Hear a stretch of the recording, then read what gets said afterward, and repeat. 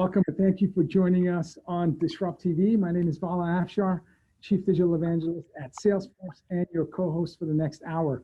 We welcome you to follow us on Twitter at DisrupTV Show. Send Ray, myself, and our distinguished guests your questions live using hashtag DisrupTV, and we'll do our best to answer them. It's my pleasure to introduce my co-host. He's the CEO, founder of Constellation Research, best-selling author of Disrupting Digital Business, regular contributor to Harvard Business Review, ZDNet, and many publications. I now see him on CNBC, Bloomberg, Fox Business, and all these other TV outlets. He's one of the top futurists to follow on Twitter at RWANG0. Welcome, Ray Wang, to DisrupTV. Hey, thanks a lot. And I'm here with my awesome co-host, Vala Afshar, in his live new studios here in Salesforce, Boston. It's amazing. Who's sitting to the left of you before we do the introductions here? You know, it's the Ray Wang twin here in Boston, keeping me focused on trailblazing. So anyways, yes, so Vala is one of the top followers on Twitter. He is #1 for CIOs, CMOs, and of course, those looking for business advice. He's also on TV frequently and an author himself, but we've got 3 awesome guests talking about some very, very deep topics. Who do we have today, Vala? I'm going to introduce 3 guests because we're going to have a different format for this week's show. Instead of 20-minute segments, we're just going to have almost like a panel discussion. And our first guest I'm going to introduce is Tricia Wang, co-founder of Sudden Compass. With an astronaut eye and ethnographic curiosity, Tricia is obsessed with discovering the unknown. She's a global tech ethnographer living at the intersection of data, design, and digital. She's a co-founder of Sudden Compass, a consulting firm that helps enterprises move at the speed of their customers by unlocking new growth opportunities in big data and human insights in their digital transformation. Her work has been published in numerous media outlets. Tricia works with Fortune 500 companies, and her field of research has been featured in every outlet, every major outlet that you know. In fact, she's a sought-out keynote speaker, and her TED Talk on thick data has crossed over 1.6 million views, the first million views in less than 6 months. You can follow Tricia on Twitter at TRICIAWANG. Welcome, Tricia. Thanks, Vala. Thanks, Ray. You guys are legends. Speaking of legends, my next guest is Esteban Kolsky. Esteban doesn't like me to go over his bio, so I'm only giving a short version. He's a principal founder of ThinkJar, an advisory research think tank focused on customer strategies. He's got over 30 years of experience. Prior to the founder of ThinkJar, he spent 8 years at Gartner advising vendors, organizations on how to transform in an interconnected, collaborative, and digital world while seeking long-term engagement and more value in return. You can follow Esteban on LinkedIn and all of his work at estebankolsky.com. Welcome, Esteban, to DisrupTV. That's it. Dude, you usually say so much more. I feel like you're You've been cheated, dude. He lets me know that I spend too much time on his bio every time, so I shortened it. I'm jealous of Tricia's room, by the way. I like the soundproof qualities of the room. Our last guest is Steve Wilson, who's Vice President, Principal Analyst at Constellation Research, focusing on digital identity and privacy. Steve has worked with ICT innovation, research, development, and analysts for over 25 years. His coverage areas span business research, themes of digital safety and privacy, data to decision, and consumerization of IT. His advisory services to CIOs, CISOs, CPOs, and IT architects include security practice benchmarking, privacy engineering, and privacy impact assessment. You can follow Steve on Twitter at Steve_Lockstep, LOCKSTEP. Welcome, Steve, to DisrupTV. Welcome, everybody. How you doing, Steve? Ooh, all right. Oh, I was wondering, is that Steve's actual face or is it frozen? Can you hear us? I don't know. I think Steve is there. But hey, what we're talking about, since Steve gets cut up, I think he's a little frozen. If you get off video, it might work. But hey, look, today we're going to talk about data ownership. Here are 2 topics we're going to address. First one is what it means to have data ownership and why people are concerned about data ownership. So, and these new models that are there. So let's start with this first topic. What does data ownership mean? Jump in. So what does data ownership even mean? What does data mean? What is? What? I mean, we can start from the very simple concept of like, what is data and who owns that data, right? Because I think that's the core of everything we can discuss.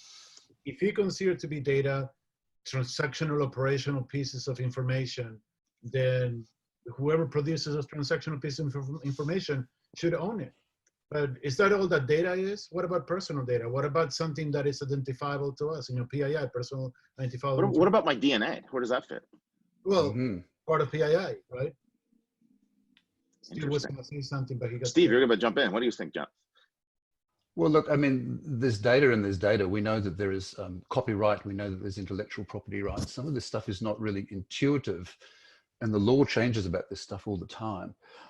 The problem with ownership of personal information is that Esteban makes a good point. It comes from different places. It is the product of some different processes. Sometimes those are proprietary processes. If I've spent a lot of time researching the latest big data algorithm, and I've got a way of extracting insights out of the matrix, that may be the output of some serious R&D, and it may have some serious commercial consequences. And I'm going to feel as though I own that. Now, the intersection is that if that insight is personal, and if it's about third parties, I think that we should step back from ownership for a minute and work out what outcomes are we trying to achieve. Let's assume that we're looking for privacy. Let's assume that we're looking to avoid exploiting people and abusing them and harming them online. Then it turns out that ownership is not a really good lens to look at this problem through. One of the challenges of big data is that there's so much information floating behind our backs. There are algorithms running sight unseen that's finding out risks about me. Now, it's not great that there are insurance companies out there doing risk profiles on me. That's not great. But just think for a minute about whether ownership is the way to correct that. Because the problem is that I don't even know what's going on. So as a person, I don't think I can own that data. I just don't think it's sensible. But here's the deal. I mean, you make a good point, and something that I will give you for the first and only time this in the next hour. You make a good point, in saying that, you put the work on creating the algorithm and processing the data and creating an insight. But if I don't give you access to my data, your algorithm is worthless, right? And I don't need to give you access to my data. You're getting my data from my internet activities. You're working out my sexuality from my tweet stream. You're working out my risk of diabetes because you're looking at what I'm ordering from fast food. I don't give you permission. But you're now, getting that. The conventional privacy law will limit your ability to use that. But you're getting that because when I signed up for Twitter, which I'm no longer on Twitter, when I signed up for Twitter, I said, you have my permission to use my data for whatever you want.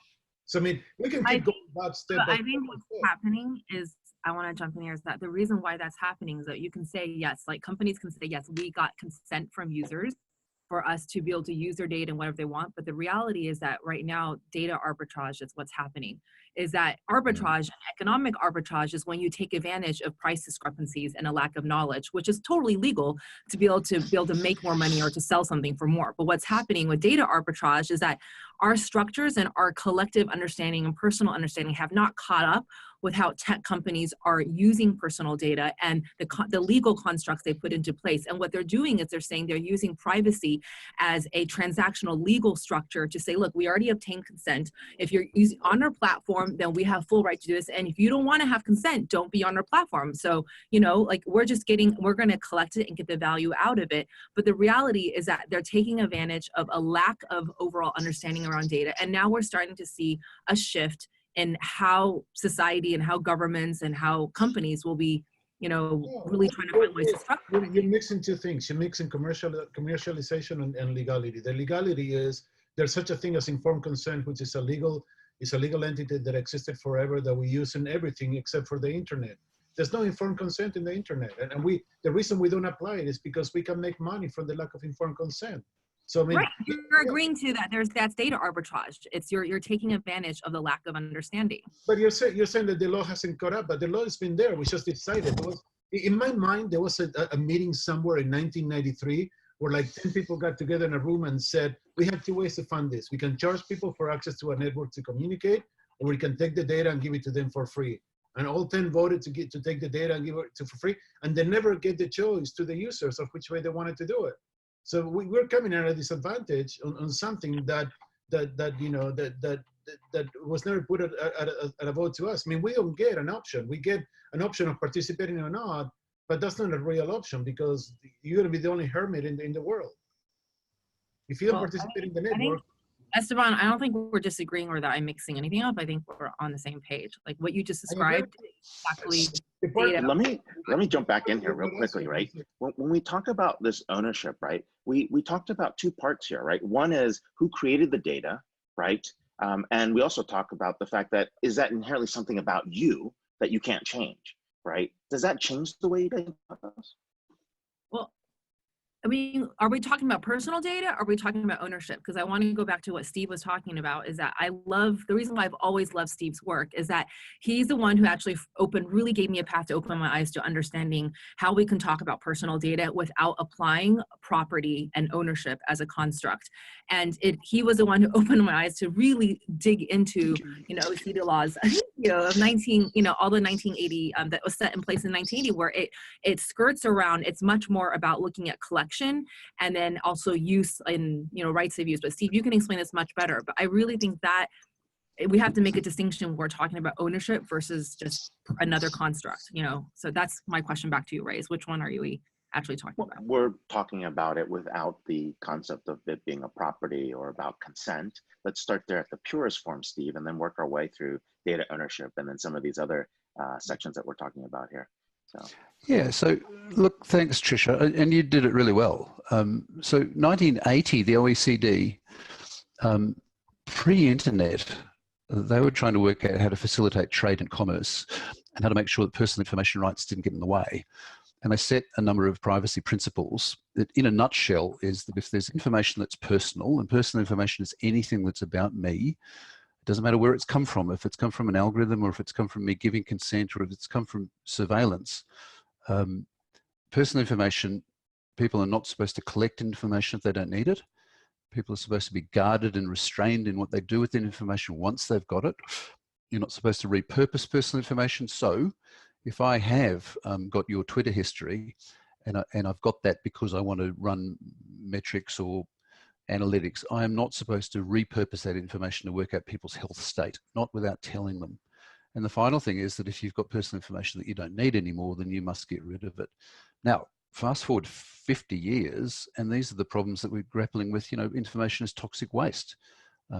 Information gets breached. Everybody agrees that we've actually got too much information. It becomes a liability. So those principles have been with us for 40 years. They are the bedrock of the GDPR, which, by the way, is not new. The GDPR is a consolidation of European law that's 20 years old. Over 110 countries in the world, with the US being the standout exception, have laws that restrain the use of personal information. Now, they're not perfect, and they have tended to be a bit of a toothless tiger in the face of the Facebooks of the world that do what they like. But, you don't let the best be the enemy of the good. The privacy law is a work in progress. And fundamentally, it works without this idea of ownership, because ownership is so difficult. Who owns my medical records? Is it the doctor or is it me? If the medical record is a bunch of blood tests, it's kind of objective data and maybe I own it. Medical record is the doctor's opinion established over 15 years of knowing me. That's intellectual property of the doctor. Now, some of these things are quite awkward issues, and the idea that somebody's got intellectual property about my health, it's an awkward issue, but you don't fix it by owning anything. And back to Ray's point, who owns my DNA? 50% of my DNA is shared by my kids. And there's some really interesting, very, very difficult cases. They got rights, man. They got rights on your data. Well, the Henrietta Lacks story, the poor woman whose blood tests wound up being involved with the intellectual property of drug companies left and right, and her kids and her family got dragged into that because they share the DNA. So these are difficult issues, but they do not get solved by just arbitrarily saying that anybody owns data. Steve, last week we had a dean from Harvard University on our show and a CIO advisor from Arizona State University, and both talked about the Trusted Learner Network, whereby ASU and Harvard, they're leveraging a distributed ledger to capture student credentials from the first day they enter university to their 4, 6, 8 year journey. And as they achieve expertise with the completion of every course, on this distributed ledger, the faculty, administration, and possible employers are notified so that you can bridge the gap in terms of the skill set you need and potential internship opportunities for these students. I didn't speak to a career advisor until my last semester in grad school. So 6 years I didn't take advantage of internships and co-ops. I wasn't sure that you ever spoke to a career advisor, Vala, but Yeah. Well, I listened to her, but you know, we can talk about whether I actually. Let's go one step further on that, right? You're agreeing that your information and you know, any type of information could be used to give you a personalized approach to education that you can have, that is based on your knowledge gained and all those things, right? What I'm saying is that you said, Steve said at the beginning, using data ownership may not be the proper lens.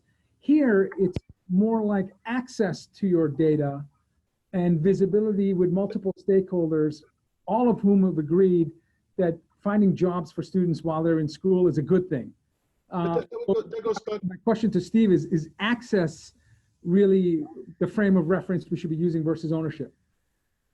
Yeah, I think that's really interesting. I think that there's a whole lot of, in fact, if we just decouple from privacy for a minute and think about data as a resource, and I want to avoid the difficult metaphors, but data is clearly something that's powering the new digital economy. And there are properties of data that matter. The quality of the data, where does data come from? What's the provenance of the data? What's the fidelity of the data? Can I guarantee that this data has not changed from the time it was dug up? Now, personal information, I think, is the special category of that.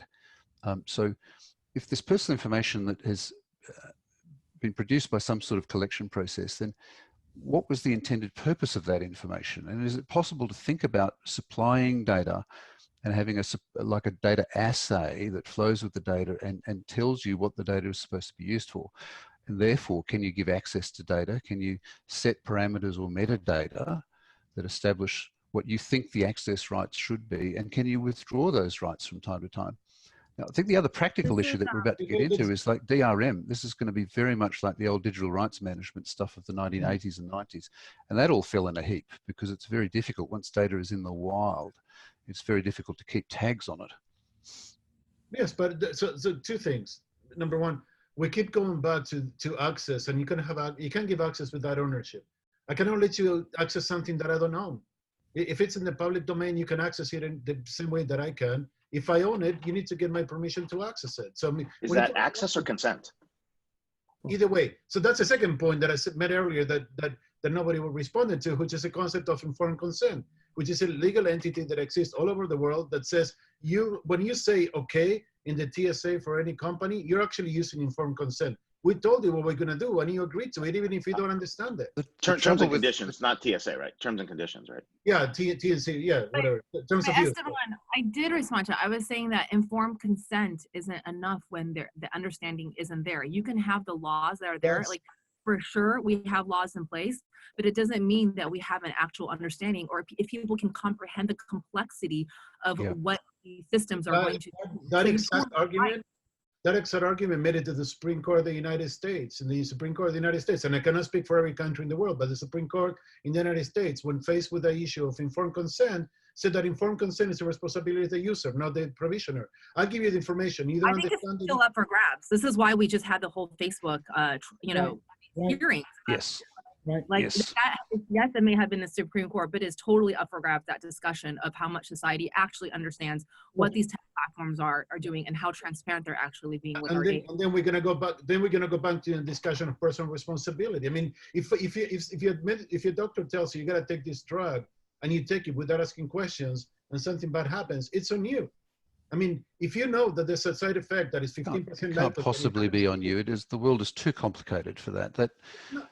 Maybe for Esteban, if you're able to like comprehend everything, like you're literally able to comprehend ecosystem levels, like complexity in that moment for everything you're consenting to, but most people can't. That's just a reality for every. No, don't make it about that. I'm not saying that I'm able to comprehend everything. I'm saying that like everybody else, I make trade-offs. I may not understand all the implications, but I understand sufficient to understand that like the value that I get. I don't. The problem with that, Esteban, is that people have got no idea about how their personal information is flowing in the internet. They don't know how it's being used.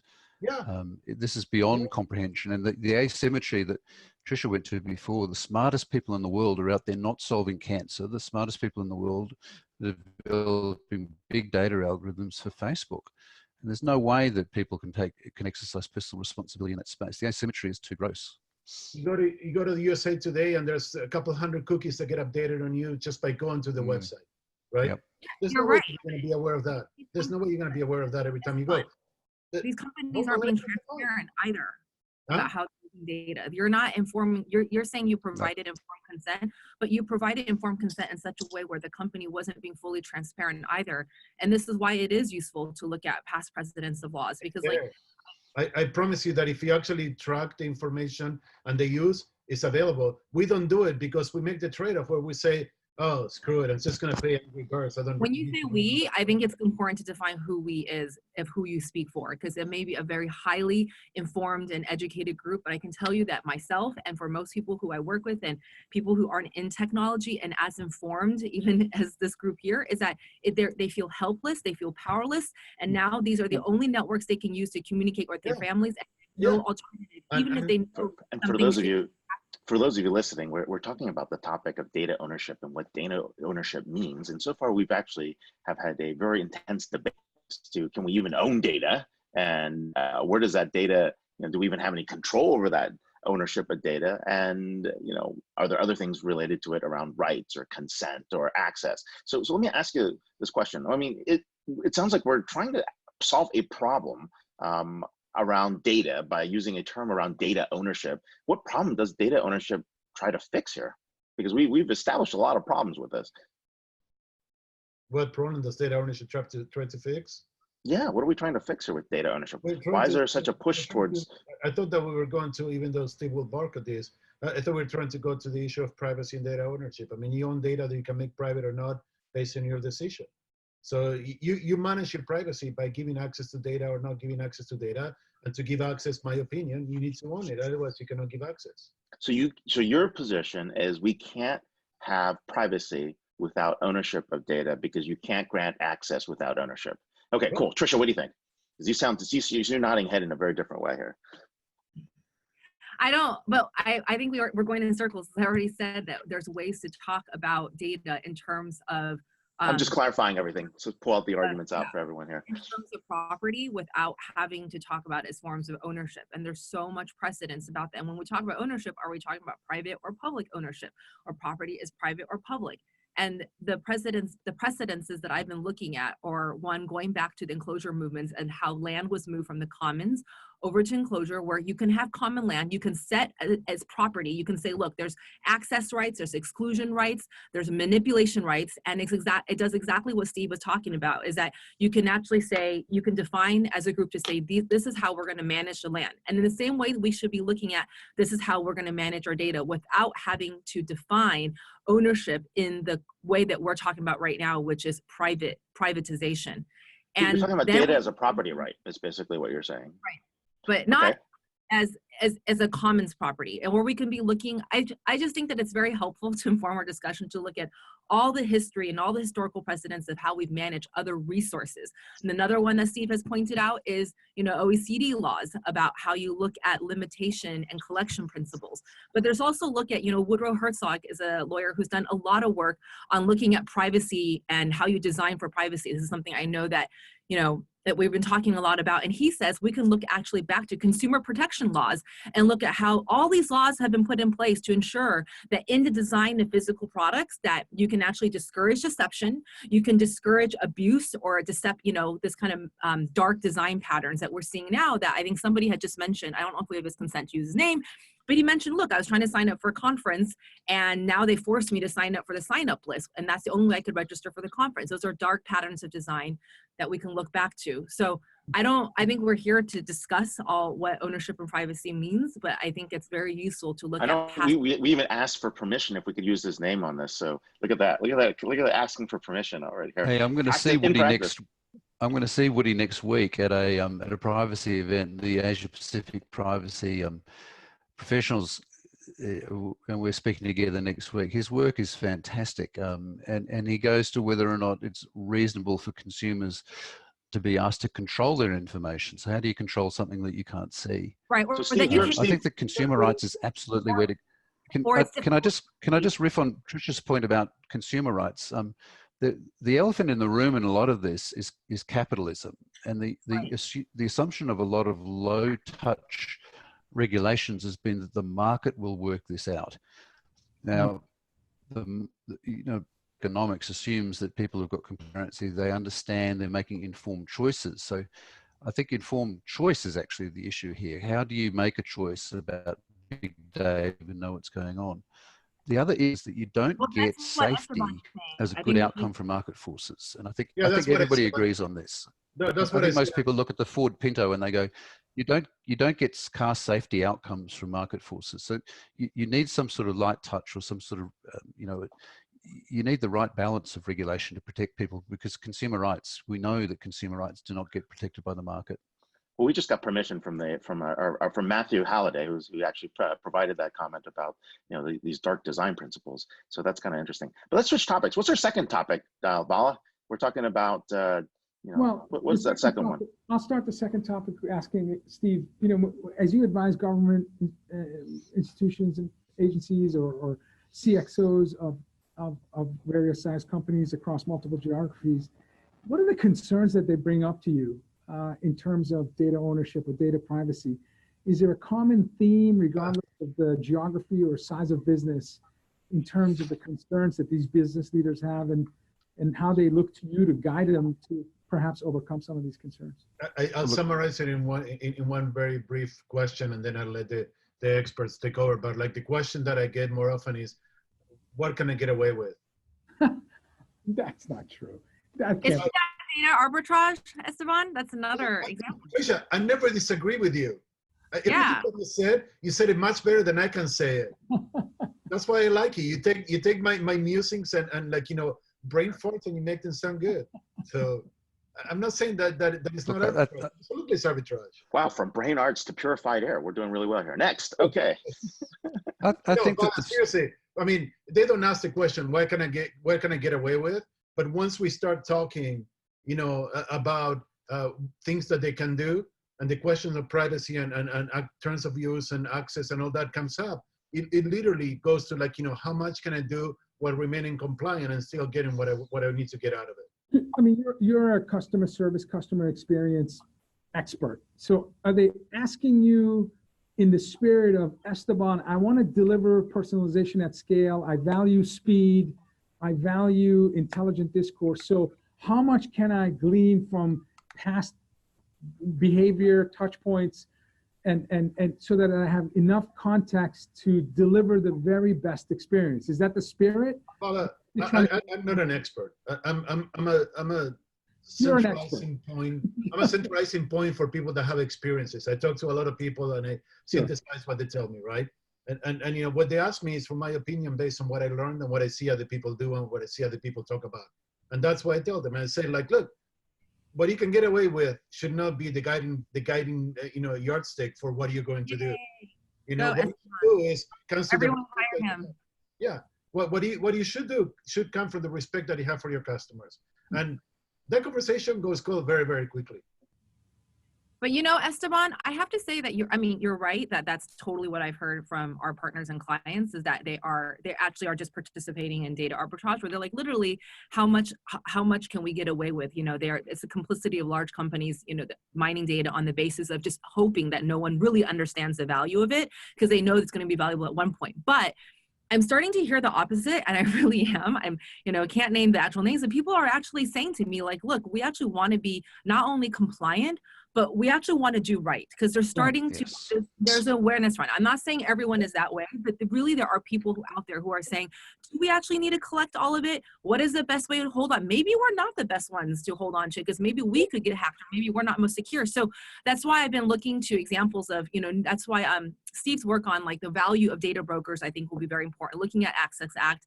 And also I've been, one example to point out is Harmony Labs, where they're creating an actual service to actually manage companies' data. Their companies are going to them now and saying, we don't want to hold on to our data because we know this is going to get us in trouble. We don't want to be responsible. Please hold on to our customers' data for us. And that's a fascinating new service. And I think Steve's been calling that for a while, the whole rich area of brokerage. And the only thing I'm going to add, and then I'll let Steve, because he knows what he's talking about, finish this topic, right? But the gentleman And by the way, the question was originally for Steve. Yes, go on. We provide our opinions, and then Steve wraps it up by providing. He puts a bow around it. Yes. He ties it up, puts it neatly. It's run the horn, okay? Come on. But this is collaborative designer between Astro and Vala, right? Who was one of the first people who said we need a new form of capitalism, and one of the things that he talks about is precisely what he just said. Just because we can, we shouldn't do it. Let's look for a way where, everybody has to retain the ability to remain human versus trading off the humanity for something else. I mean, U.S. Congress picked up a new bill that is running through the Senate, where what they call stalkerware, right? Software that keeps your information without you knowing that it's keeping it and that is used in different ways. I mean, they're trying to go against that. So the idea here is we're starting to hear things like you say, right? But still, the overwhelmingly vast, significant majority of people are still trying to see how much they can get away with because it's a lot cheaper and a lot easier than having to commit to something that is getting more complicated. But that, and I don't think there should be a moral panic about that. There are assholes out there that sail close to the wind, and there are people out there who don't speak Australian. He said assholes. So. Sounds so elegant when he says it. Live coast to coast on national radio here. Bleep, bleep. This is G-rated in Australia. If we're hey, look, that is the story of business. People, and I don't think there should be a moral panic about people pushing the envelope too far. I mean, the oil industry was based on just laying waste to incredible patches of land.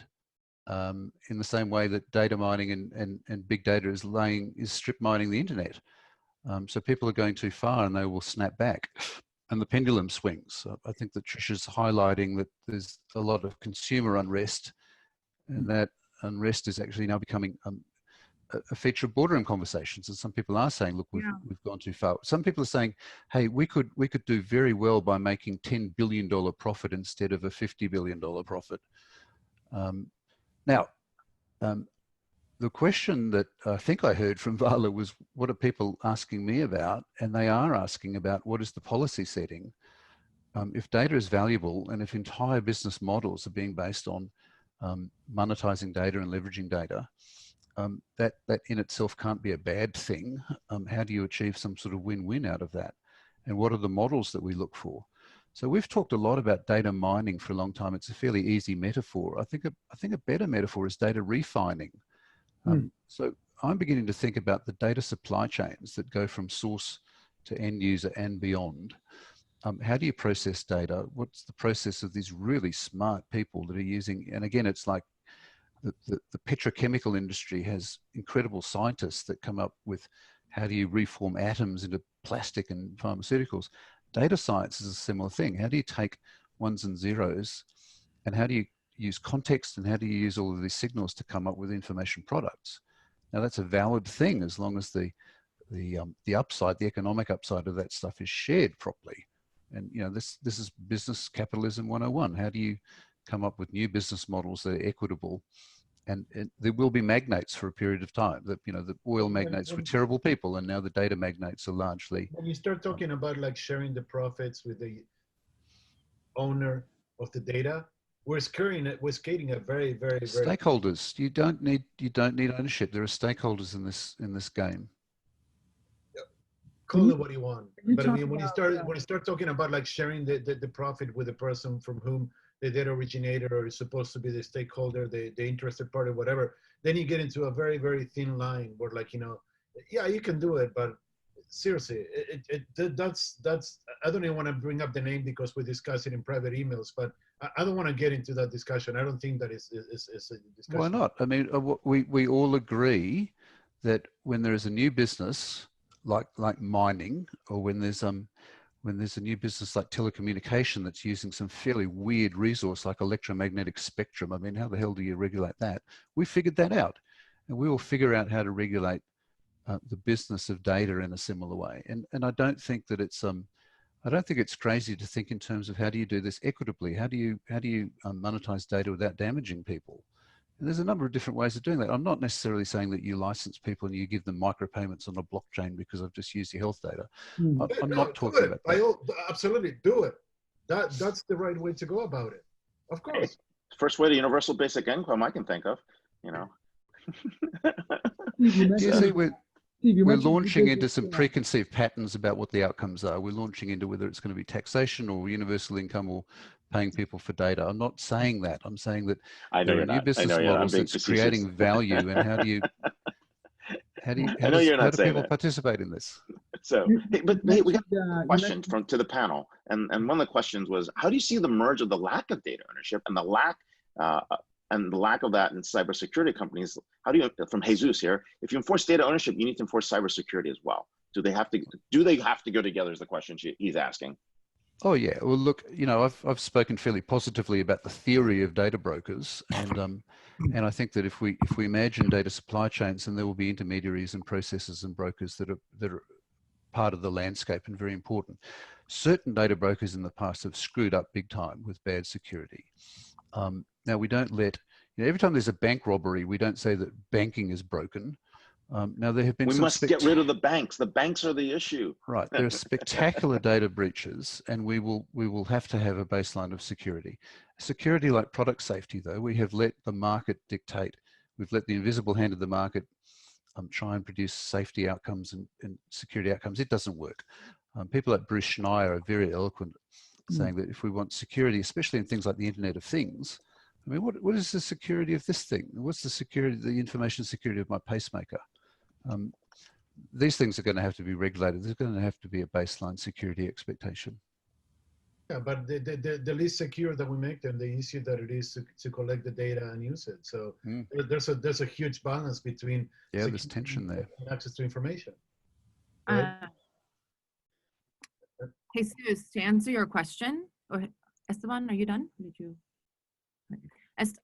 Jesus, to also follow up on what Steve's answer is, this is just the link back to what I said earlier. This is why I think brokers like what Harmony Labs is doing is fascinating, because you do have companies who realize we don't know how to manage our data, and nor do we want to have the responsibility of it. So we want to de-risk, and we want to delegate that to somebody else. So they're exploring this new service where they're holding on to companies' data for them, because they know that you can't also, if you're going to own it, you also have to deal with or store it. You have to be able to have the security for it. And that's a lot to ask of every single company. So I think we're going to see more of those services come about. How many of your clients ask you about new business model innovation versus modernizing existing processes to make them faster, smarter? Is there more of the pendulum shift to understanding the data supply chain, as Steve mentioned, with the purpose of new sources of revenue, with new capabilities versus just modernization initiatives? You jump too many years ahead, dude. I mean, seriously, most people don't even understand data. I know that was a scripted question, but go ahead. You're jumping to, like, you know, the 1% conversations versus the 98% that are like, you know, what is data again? I know that I studied this in school, but I don't remember, you know. So yes, the few people that I talk to, and I let somebody who actually has more knowledge than I do, but the few people that I talk to about very advanced models of usage of data and advanced models of, like, you know, privacy and things like that, we have great conversations that probably will never get to be implemented, or at least it won't be for the next decade or so. Why is that? People. Why is that? Because we don't have, because like Steve is saying, we don't have the constructs, like Tricia is saying, we don't have the legal entities, we don't have the ability to actually get to the decision that, like, you know, if I could pry into your life, I will give you something that you want in return. But You have to have the ability to take it back at any time. You have the ability to say no at every specific instance versus like, en masse. You have the ability to control the information as it flows. You have the ability to like know what information it is. I mean, ask anybody when they go to Google and find out what Google knows about it. Everybody's shocked about it. But I think what Esteban is saying is super important is that a lot of times people think that we have all the technology figured out. And in fact, we haven't figured it all out. And there's so much that needs to be worked on. And in particular, design needs to be brought into the conversation. What Esteban just stated about like even tracking, what's happening in the whole entire supply chain, that's also a design issue because you can have it even technically worked out, but then how do you communicate that interface to users who may not have even the same exact tech literacy? So there's a lot of work to be done in that area of bringing design in to even be able to communicate all the things that we could be doing with data right now.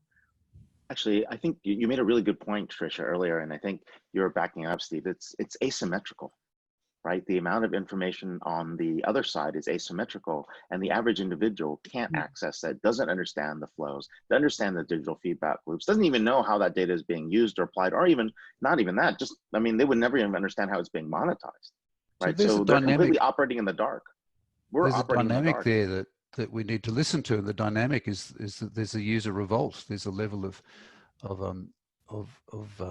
anger about how people are being abused online. And so what's powering a lot of these movements, like the idea to own data, and in my world, the self-sovereign identity movement, a lot of this is people becoming so fed up with the practices of business that they're trying to reclaim ownership. The language gets very, very political, and you can understand why people want to reclaim ownership. They want to reclaim control, and they're using models, or they're using emotional outcomes that they think will give them the outcomes that they're looking for. The asymmetry is terrible. The richest people in the world right now have made incredible fortunes out of stuff that is so intangible, it's a joke. How do you make money out of maths? How do you make money out of statistics? Wow. And so the pendulum will swing back. And I think that we need something like a Ralph Nader of data. We need somebody who will be the champion of the consumer, and consumer rights, I think, is such a really interesting historical and legal precedent for this. The revolt is actually very interesting, Steve. Think about this, right? I mean, we may get to a point where only the rich will have privacy of data if you do this improperly. Actually, the rich already have privacy of data that we don't have access to. Yeah, and so, the terrible truth is the rich people get better justice than others. And so there is some tremendous, the access to resources and the access to legal power correlates with economics, and that's a terrible thing. So we have this new term here as data inequality here. Right, but this is why I think. But I'm sorry, Tricia. One thing, the thing is like if you have the resources, money, people, otherwise, to build your own ecosystem, then you control who owns and how the data is used. But that's what the oil industry used to be like. People would just ride their rigs into people's farmlands, and they would dig stuff up. And we legislated around that. We came up with new jurisprudence 100 years ago that corrected the excesses of a new industry. And a lot of the same legal underlines for that jurisprudence still exist today for data, except that we chose not to use them. That's what I was saying at the beginning.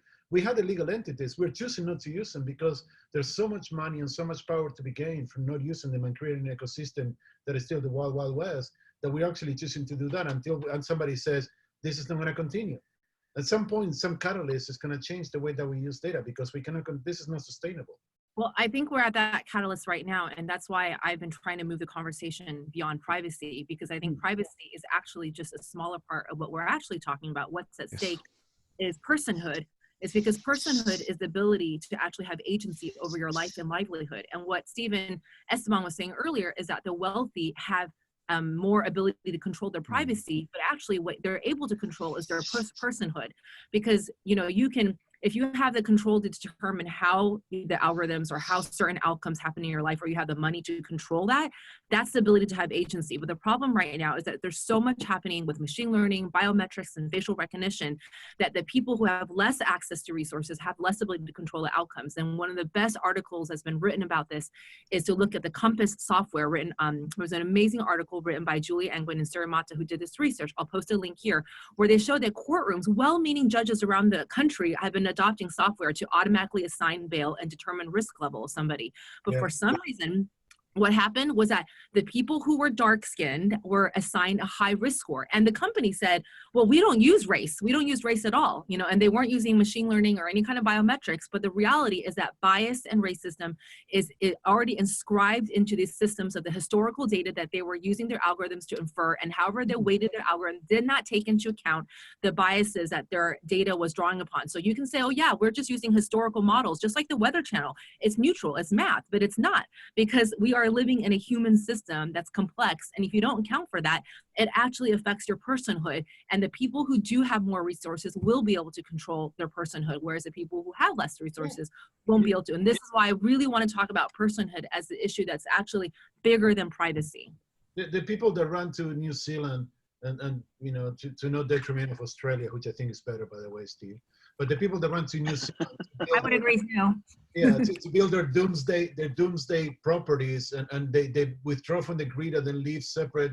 They have the resources to live independent, not to have to pay things with credit cards, and to have to be tracked by public cameras and so forth. They build their own, they manage the personhood within a closed ecosystem. When you get to that point, you really don't have an issue with your data being public or private. There's people that we don't know that exist in this world that are worth many, many, many billions of dollars, but because they actually managed to stay outside of, to live in their own ecosystems. I mean, but that's not real. That's not the realm that we can get to with everybody. We cannot get to the point where like we all build our own ecosystems. We all need to build in societies and in public ecosystems. So we, instead of saying there's somebody who can do it better because they have money, we need to find the way to say, okay, like Steve said earlier, to a certain extent, let's share the burden here, right? I mean, let's share not the cost and the profit, but let's share the burden on this. I love this talk of personhood. I think that there's a level of humanity that's much more richer. You know, privacy is almost a proxy for a little bit of human rights. And what we haven't really discussed yet, and this is not for DisrupTV, this is a big social discussion, is what does an orderly, what does a civilized internet look like? And it's such an early days. We don't know what the rule of law really looks like. That's what I think that GDPR and CCPA are. These are lights on the hill, the taste of what an orderly internet is going to look like. And you know, GDPR is not the answer. It's a stepping stone. I would actually say your question's even bigger, and it's not just about what a civil internet looks like, but it's really about what does a digital humanity look like? Because for so long, the kind of laws we've created have assumed that data is a representation of ourselves, still prioritizing physical life, you know, as the priority. But really what we're talking about now is that our digital selves are just as important as what happens in our physical world. And so really we're talking about the future of our digital humanity. And all of these technologies are the building blocks that we're still trying to figure out, of like what Esteban's saying is like, what is the future of this world looks like? It's still in process, but really this is a question about what does our digital humanity look like? It's such a big question that we need to do. I mean, to support that, in 1980s in academia, you had access to the civilized internet. Archie, Gopher, information shared. You connected through a 9600 baud to a shared access that only went through Archie and Gopher. You found articles and academia stuff, and you share based on specific rules that were delineated. Same thing with the bulletin boards and other stuff. We had a civilized internet, but then it was nice. I miss it. Yeah, but then you know, there was money to be made. So you know, and there's money to be made. Society. So we go from here, and the pendulum swings, and now it's coming back somewhere. You know what? I'm happy with the Gopher. I'll be perfectly fine using a Gopher to find the DV open hours. I have no problem with that. I'm not happy with the Gopher because you know why? That world was only available to a few people who had the privilege to access it. So what we have to design is a more open world that has become way more complex. It's just that the internet became, the original designers did not think about human complexity and all the myriads of manifestations of humanity. But now, Vala, you're using Zoom and you're using Skype and you're using internet today to have a discussion about whether Gopher is the better way to go. I mean, come on. It's a reminder from Professor Clay Christensen, who said you may hate gravity, but gravity doesn't care. You can substitute for gravity. will we be invited into your Gopher land? Will you invite us to your Gopherland? Are we cool enough to get in? Well, so in 1988, I was managing a computer lab for Cal State University Hayward, today called Cal State East Bay. And part of the access that I had was access to the internet that anybody could use at any time for anything. There was no limited to the field. We actually had dial-in lines. People could dial into the number and access it and go on. So what? It was not an elite world. It was a very open world. The difference was it was really hard to manage and to maneuver. There was no Zoom. There was no Skype. There was no real video, right? So this is about trade-offs. I mean, we decided we want to see my wonderful. Oh, come on, Esteban. There was a period in time where people longed to build their own aeroplanes again because they didn't like the way that airports and the air traffic controllers and Boeing were taking over. I mean, your world was interesting back then, but it was not civilization. It was people just playing with a brand new technology. And it's just, I think the lessons are all gone. Civilization is different. We are talking about almost ubiquitous technologies that should be making economic outcomes for people. It should be improving people's health, and it should be improving people's happiness and humanity. So, I don't know I have no problem in trading off parts of my wonderful, beautiful private world that you could call it, which it wasn't, but we're not going to go down 30 years to dispute that. I have no problem trading that off for something better. But what I have a problem with is in the trade-off, I end up losing, fundamental ability to control who sees my data and what they use it for. That I have a problem. For those who are following, we are here with Tricia Wang, Esteban Kolsky, and Steve Wilson, and Vala and I are here talking about where is the world of data ownership, and we're still confused. So let's go to our last segment, which is new models of data ownership. Do we even have them? What do we think? Where are we headed there? Let's go there. Vala, why don't you lead the discussion? Well, so when we talk about new models, maybe we should talk about other young companies on your radar that are. Who's getting it right? Yeah, who's getting it right? Right. Doesn't have to be young, but is there a company that you would point to that is looking at ethical or humane use of data, looking at privacy and the whole self, and is guided by the right core values and guiding principles, and someone that you could reference as a positive, someone who's on a positive direction? So there's 3 companies that I've been looking at. Esteban, you want to jump in? Well, no, I was going to say, I mean, I'm just a rubber browser, but I'm going to defer to my 2 esteemed colleagues who know what they're talking about to give you the names of those companies. Tricia? Thank you. Now that I have been deferred to, I can speak. So there are 3 companies. That's not the point. That Deference, yes. One is I've been looking closely at what Sensing has been doing. Jeff Jonas's work is that it's one of the best entity resolution software out there, and you can do an install in a private cloud. And what's amazing about what he's done is that he's been very clear about no personal data ever flows through Sensing. And there's a lot of companies who are starting to do that, where they're saying, look, we want you to buy our software and just install it in your private cloud. It doesn't have to pass through ours. So and if we look at, there's more companies that are following that model. So I've been looking also at DJI with the JI, which is, the largest drone. They own 75% of the drone market. And what's fascinating about that one is I was at a talk that Adam Lisberg was giving, and he was saying, look, everyone was very concerned. This is a Chinese-owned company. They were like, oh, you're kind of being like Huawei. And they're like, no, we're different.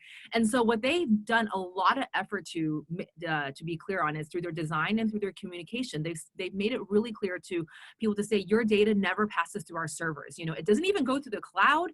And we've also hired all these, external crypto experts to actually check out our software, to do hardcore code review, and they do a lot of publication about this. So I just think that you're starting to see more mature companies and also thought leaders like Jeff Jonas really making sure that they're designing software that actually is better for customers. And he was like, look, I can make a lot more money if I had all the software going to the cloud. Then you would have to spend a lot more to hiring our team. But he's like, I don't have to make, 100 billion. I can make 10 billion, So I think that's what, I think Vala or someone was saying earlier about the kind of philosophy for capitalism.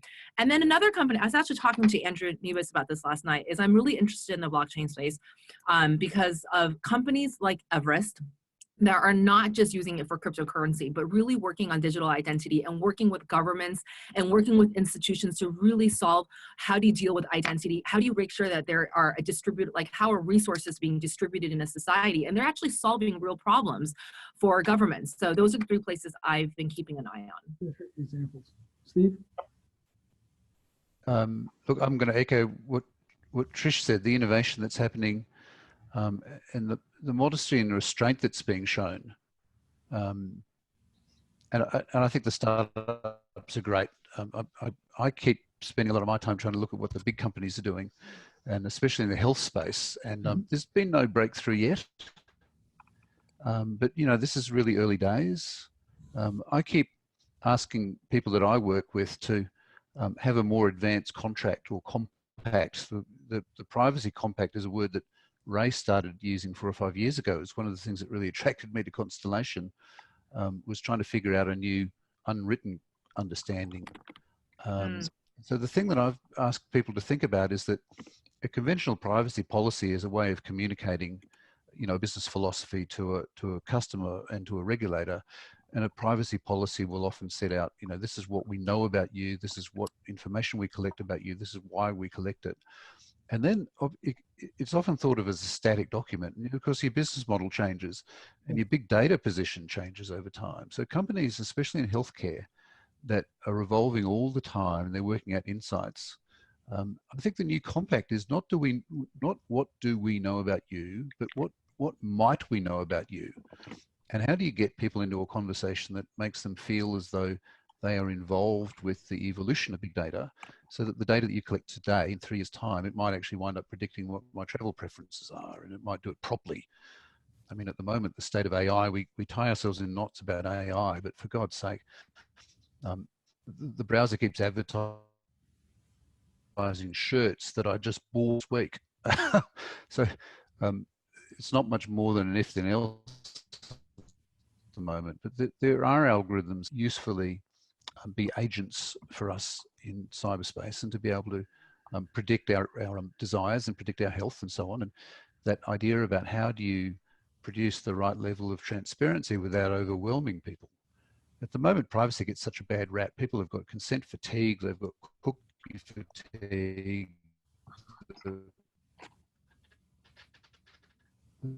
We're experiencing massive fatigue is what Steve's saying here. So, Yes. so Esteban, on your end, to wrap up, what do you think? What are you seeing? It is. So Esteban's right to be cynical. A lot of this has just been driven by, yeah. Cynical? I haven't been called cynical in a long time, thank you. But you know, I've been called everything else, but cynical is not one that comes back often. But look, this is to me, it's the bottom line. Joyce and Doug Searles do a lot of research, partly in VRM, partly as part of the Harvard Media Lab, and they do a lot of research in privacy and, like, you know, new models of data ownership and sharing data and all that stuff. You need something, go look at what they're writing about. I promise you that there's more than enough companies doing stuff out there. I agree with Tricia, I agree with Steve. I think that the issue here is, like, you know, at some point, somebody decided that it's better to make money than to make people happy. And if I could, it may be my unicorn breeding rainbow world, but I would like to go to the point where we can make that decision in reverse and say what would make people happy versus what would make people more money. I mean, there's enough money in the world, and you know, Ray can confirm this with numbers. There's enough money in the world for everybody to do whatever we need to do, but there's not enough happiness. And I would prefer to be happy by not having my privacy violated than by somebody making an extra $3 or $4 of my beautiful. So you'd prefer evenly distributed happiness over evenly distributed So we need money. a digital. I'm sorry, what? I think Steve was saying something. Steve, A digital baton. A digital You know, where there's the baton. net, what do they call it? The gross happiness index of the country. Why don't, A digital Bhutan. Yes, the country Bhutan. The two rules for happiness. Leave me alone. That's it. That's the one rule of privacy for happiness. So I was saying you'd rather have a digitally distributed, more equally distributed happiness versus equally distributed money. So that was kind of interesting. I'll take being left alone and you know, with money to do what I want to do. That's my happiness. So that was the way that privacy. I don't know if Steve froze or it's. So that's very, very interesting. All right, we've come to no conclusions. We are here on the show talking about data ownership, but we've had a very interesting discussion about different angles of data ownership. Here with Tricia Wang, co-founder at Sudden Compass. You can follow her at Tricia, Triciawang, and you can follow Esteban Kolsky, not on Twitter. In the 1890s. And Steve Wilson, you can follow him at Steve_Lockstep. He's the Vice President, Principal Analyst at Constellation Research. If you want to follow up on this conversation, you'll be following Esteban's panel at Constellation Connected Enterprise, as we're going to be carrying that further in 20 minutes or less. So we'll be seeing you there, and Tricia and Steve. So seeing you all there, and Vala on a special DisrupTV show panel. Vala, hey, thanks a lot for being on the show. Wonderful discussion, and we'll definitely be listening to this a little bit more. So Vala, who do we have next week? What's going on with our next episode 169? We episode 169. Yes, we have Aaron Harris, who's CTO at Sage. We have Grant Halloran, who's the CEO of Host Analytics, and one of our favorites, return guest, Nicole France, Vice President, Principal Analyst at Constellation Research. And there will be no show on November 15th, but please tune in for episode 169 next Friday. And you're right, we didn't come to any conclusion. I'm not sure data ownership will lead to happiness, but we had three brilliant guests really, expanding our points of view and enriching the conversation. So really appreciate that. Got program notes from our producer, no show the 8th, but we are back the 15th. No show the 8th because of Constellation Connected Enterprise. That's right. No show on the 8th, back on the 15th. Right, that's right. So, hey, if it's Friday, it's DisrupTV show. Thanks, everyone, for being on the show. And thanks a lot to our wonderful guests today. Thank you, everyone. See you.